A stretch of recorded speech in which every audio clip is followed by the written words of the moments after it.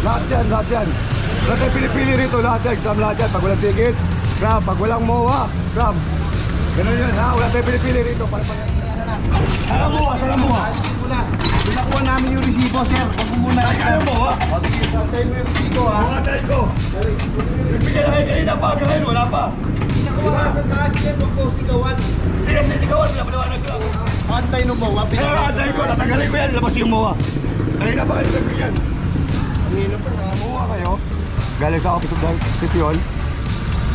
Pwede kayo magparaga. Diba?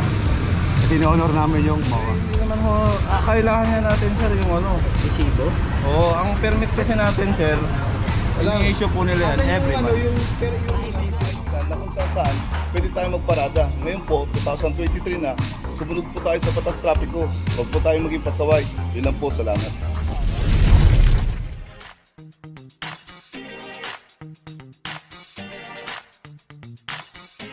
Papajo TV!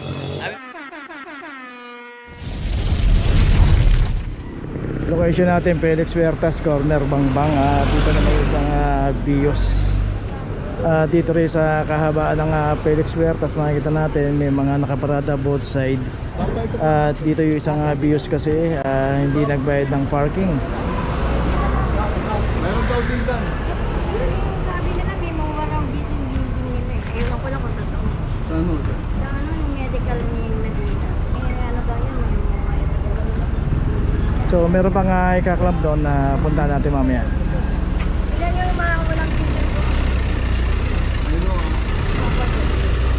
So ganun nga, pagka dito tayo pumaparada sa mga pay parking, Wala mga ticket daw.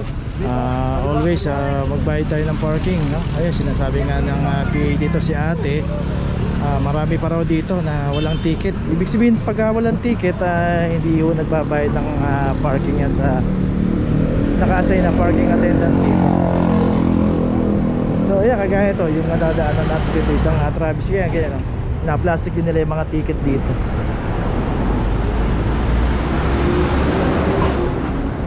So dito ngayon tayo sa Bangbang. Okay, tignan natin dito kung ano yung sinasabi ng mga walang ticket.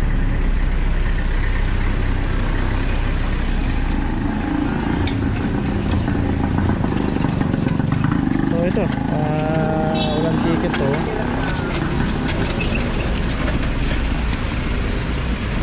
So galing tayo doon kanina sa Felix Huertas, nandito ngayon tayo sa Bangbang. Ito meron na rin aklam number 2349.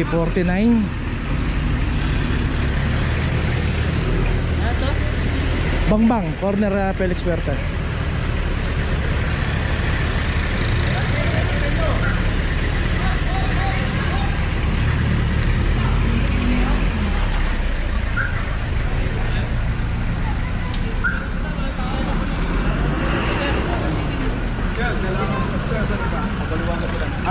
Nagparada po tayo kasi may parking attendant dito. Magpatigit po tayo sir. Ay, dito po kasi nakaano ko lang dun, buha lang po kami dun. Oo, kakaano. Sige lang sir. So ito may driver na butang pang hindi nakaklam, pero tong isang ex Suzuki Ertiga, ito naklam bago dumating si ma'am. 2368. Ako, wait lang. Kuya, patuloy na yan. Bibili lang ako. Dapat ma'am, bakit tayo bumili ma'am? Kasi Kasi naka-entrance na. hindi ma'am, pakita mo ko. May parking area po to ma'am.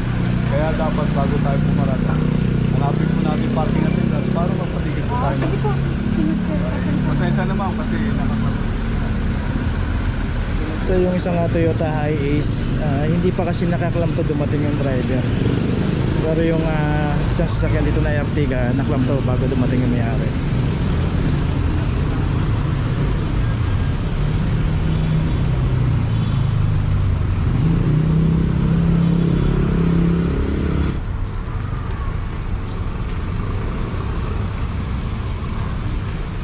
Ito naman, puntahan na lang natin siyempre ma'am.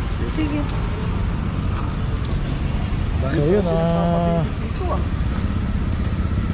ayun pa pala, ito pa isa. Ay, ako.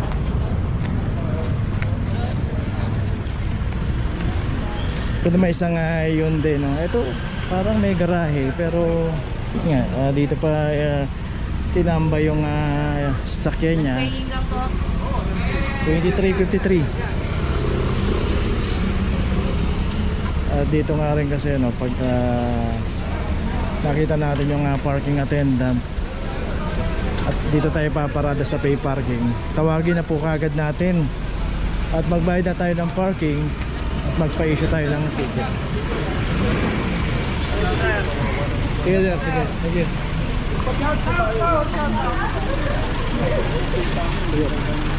Ano rin, Papa Joe TV sir? Papa Joe TV. Papa Joe TV. Thank you sir. Susunod sir, pagbalik ko. Thank you sir, thank you. Binabati ko lahat ng mga taga-OFW. Thank you sir, thank you. Shout out. Shoutout po. Thank you. So ayun, saka yung isang Isuzu rito, isang Isuzu Elf, ayan, yung drop side. Ito wala ring driver, wala ring ticket. At ito meron na ring club number 23, 27.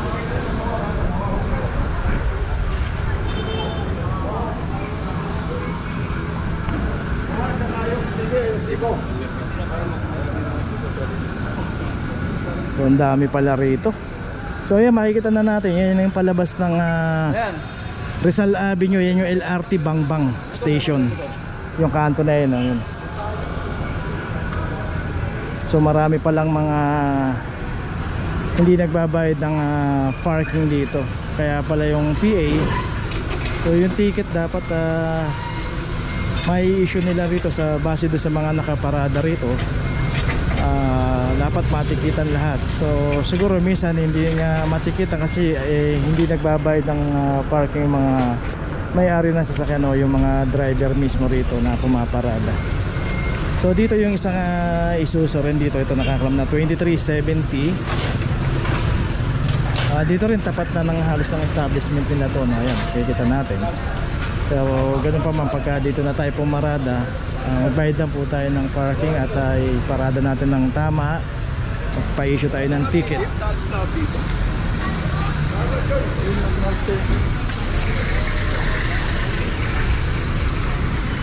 So dito nagulat nga yung clamping team na hindi akalain na gito, nakarami pala yung nakapark dito at hindi nagbabayad ng parking.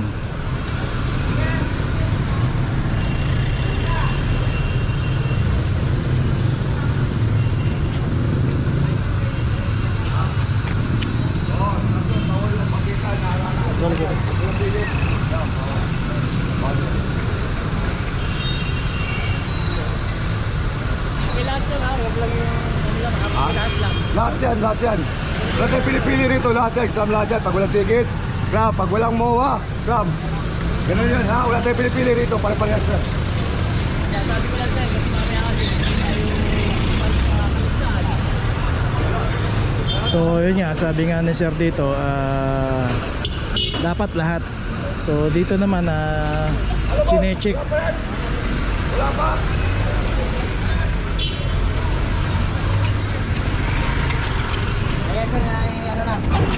Sala mo ha. alisin ko na. Binakuha namin yung resibo, sir. Huwag mo muna. Ano mo ha? O sige, santayin mo yung resibo, ha. Pangatay ko. Bigyan na kayo kanina pa. Hanggang ngayon wala pa. Binakuha ka sa taas, sir. Huwag mo sigawan. Hindi kasi sigawan. Pinapaliwanag ko lang. Yun nga, sir, eh. Kaya nga sabi ko, antay no mo, ha. Kaya antay ko. Tatanggalin ko yan. Labas yung MOA. Kanina pa kayo pinagpigyan. Ang ino pa, nakalis ka pa lang. So yung isang Toyota Hiace Super Condia rito. Ayun niya, dito natuluyan na, no?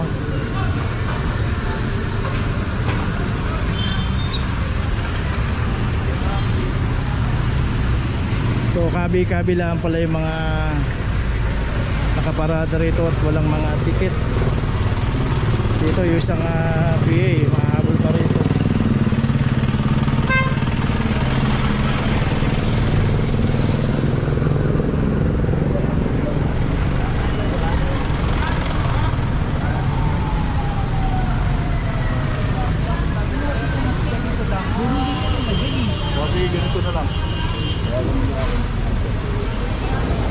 ito yung isang Fortuner din dito. Ito merong clamp na 23, 24.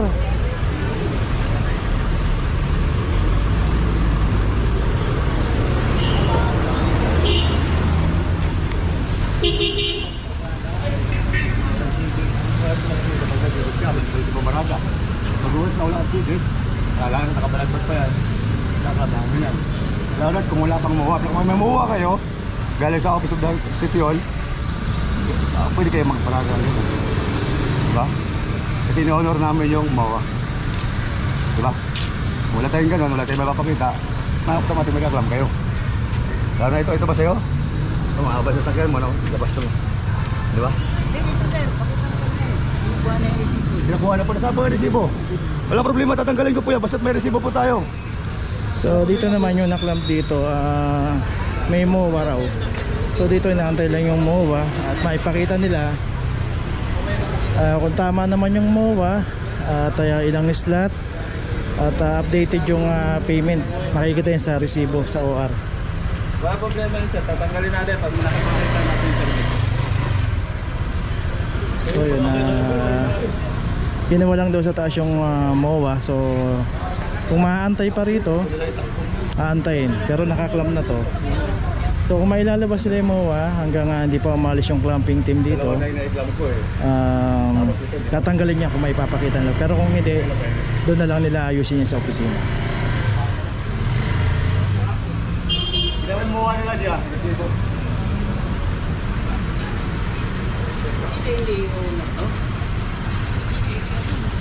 Hindi naman ho, kailangan niya natin sir yung ano. Resibo? Oo, ang permit kasi natin sir, ini-issue po nila yan every month. Yung resibo ang Po, MOA natin. every month po yan. Meron pong mga nag-a-apply. Eh, di ba't ganyan sir ang validity? Yung resibo ng MOA. Kaya nga sir, kaya nga kailangan nga natin yung, kasi marami rin ho ang namimeke ng ganito. Hindi naman sa sinasabihan namin na ganun din kayo sir. Kaya ho, hinahanap natin yung packet. Kasama po yung resibo. Ito sir Leo.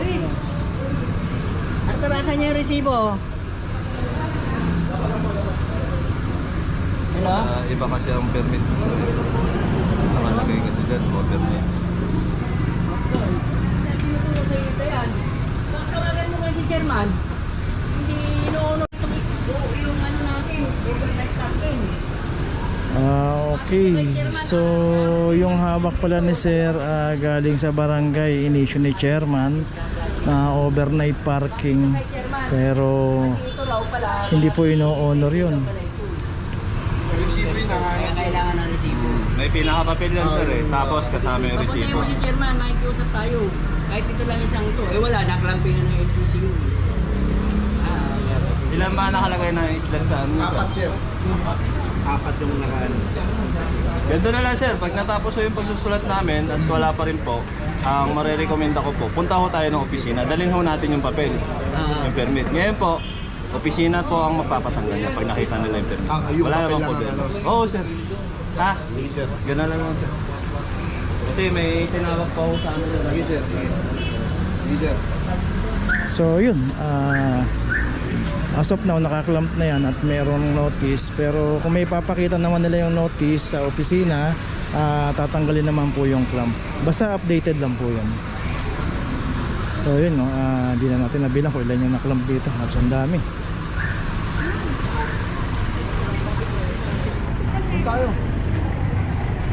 So yun, dito isa, dalawa, tatlo, apat, lima, anim, pito. Pagkaanan nyo na lang dito para ano? Oo, oo.